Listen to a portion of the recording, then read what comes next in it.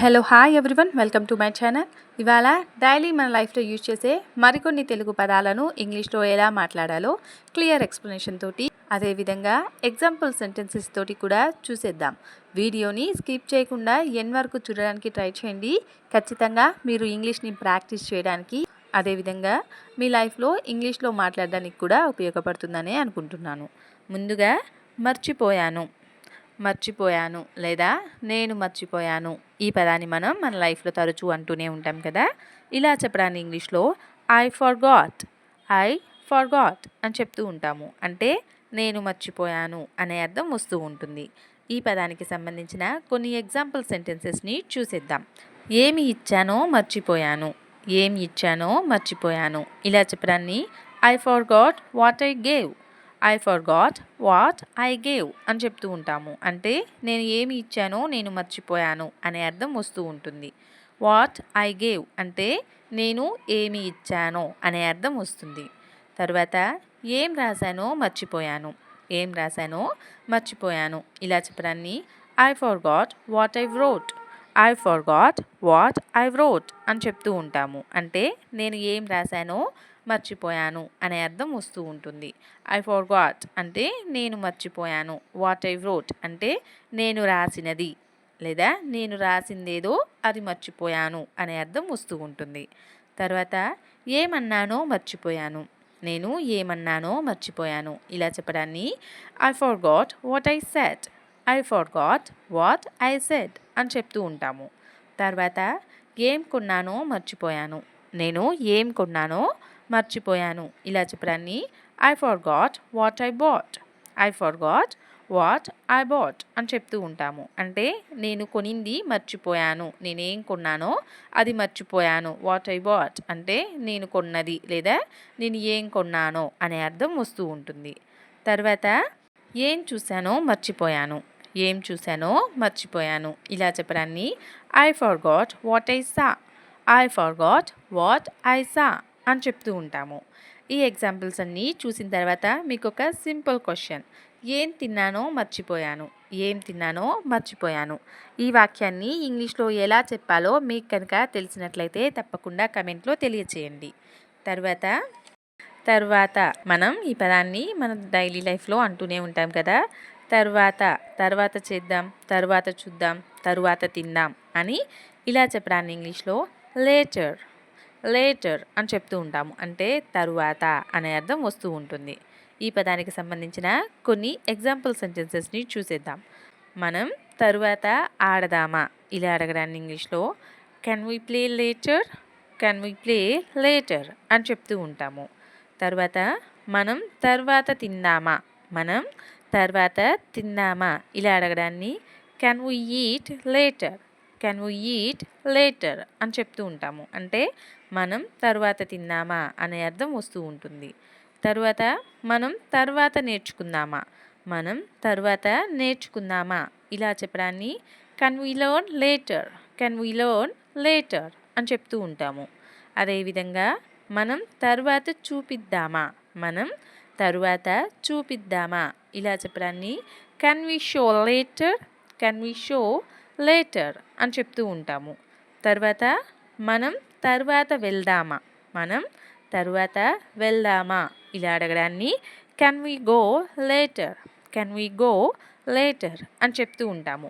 ఈ ఎగ్జాంపుల్స్ అన్నీ చూసిన తర్వాత మీకోసం ఒక సింపుల్ క్వశ్చన్. మనం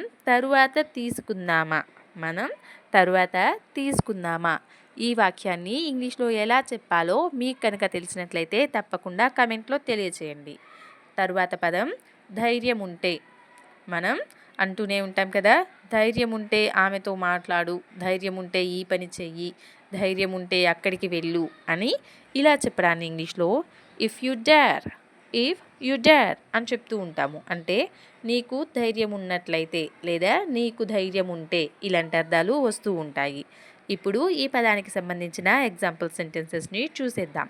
ధైర్యం ఉంటే ఆమెతో మాట్లాడు, ధైర్యం ఉంటే ఆమెతోటి మాట్లాడు ఇలా చెప్పడాన్ని if you dare talk to her అని చెప్తూ ఉంటాము. అంటే నీకు ధైర్యం ఉంటే ఆమెతో మాట్లాడు అనే అర్థం వస్తూ ఉంటుంది. అదేవిధంగా ధైర్యం ఉంటే అక్కడికి వెళ్ళు, ధైర్యం ఉంటే అక్కడికి వెళ్ళు ఇలా చెప్పడాన్ని if you dare go there, if you dare go there అని చెప్తూ ఉంటాము.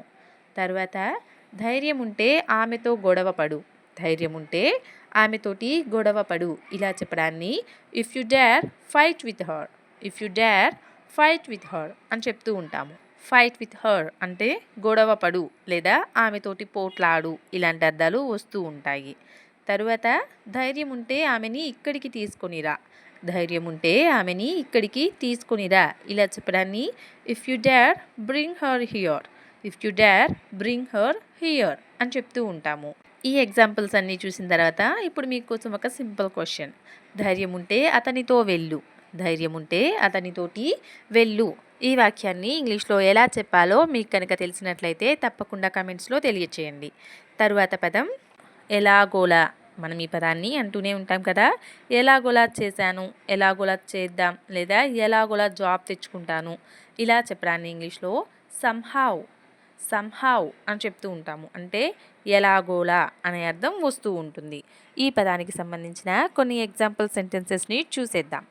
ఎలాగోలా నేను ఆ బ్యాగ్ కొంటాను, ఎలాగోలాగా నేను ఆ బ్యాగ్ కొంటాను ఇలా చెప్పడాన్ని somehow I will buy that bag, somehow I will buy that bag అని చెప్తూ ఉంటాము. అంటే ఎలాగోలాగా నేను ఆ బ్యాగ్ని కొంటాను అనే అర్థం వస్తూ ఉంటుంది. I will buy that bag అంటే నేను ఆ బ్యాగ్ని కొంటాను అనే అర్థం వస్తూ ఉంటుంది.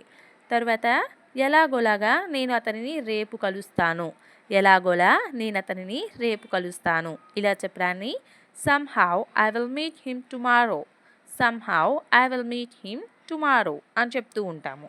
తర్వాత ఎలాగోలా నేను జాబ్ తెచ్చుకుంటాను, ఎలాగోలా నేను జాబ్ తెచ్చుకుంటాను ఇలా చెప్పడాన్ని somehow I will get you job, somehow I will get you job అని చెప్తూ ఉంటాము. తర్వాత ఎలాగోలాగా నేను ఆ పనిని పూర్తి చేస్తాను, ఎలాగోలాగా నేను ఆ పనిని పూర్తి చేస్తాను ఇలా చెప్పడాన్ని somehow I will complete this work, somehow I will complete this work అని చెప్తూ ఉంటాము. సమ్హౌ అంటే ఎలాగోలా, I will complete this work అంటే నేను ఈ పనిని పూర్తి చేస్తాను అనే అర్థం వస్తూ ఉంటుంది. తర్వాత ఎలాగోలా నేను ఆమెతోటి మాట్లాడతాను, ఎలాగోలాగా నేను ఆమెతోటి మాట్లాడతాను ఇలా చెప్పడాన్ని somehow I will talk to her, somehow I will talk to her అని చెప్తూ ఉంటాము. ఇప్పుడు మీకోసం ఒక సింపుల్ క్వశ్చన్. ఎలాగోలాగా నేను అక్కడికి చేరుకుంటాను, ఎలాగోలా నేను అక్కడికి చేరుకుంటాను ఈ క్వశ్చన్కి కనుక మీకు ఆన్సర్ తెలిసినట్లయితే తప్పకుండా కమెంట్స్లో తెలియచేయండి. That's all for today. Thank you so much for watching.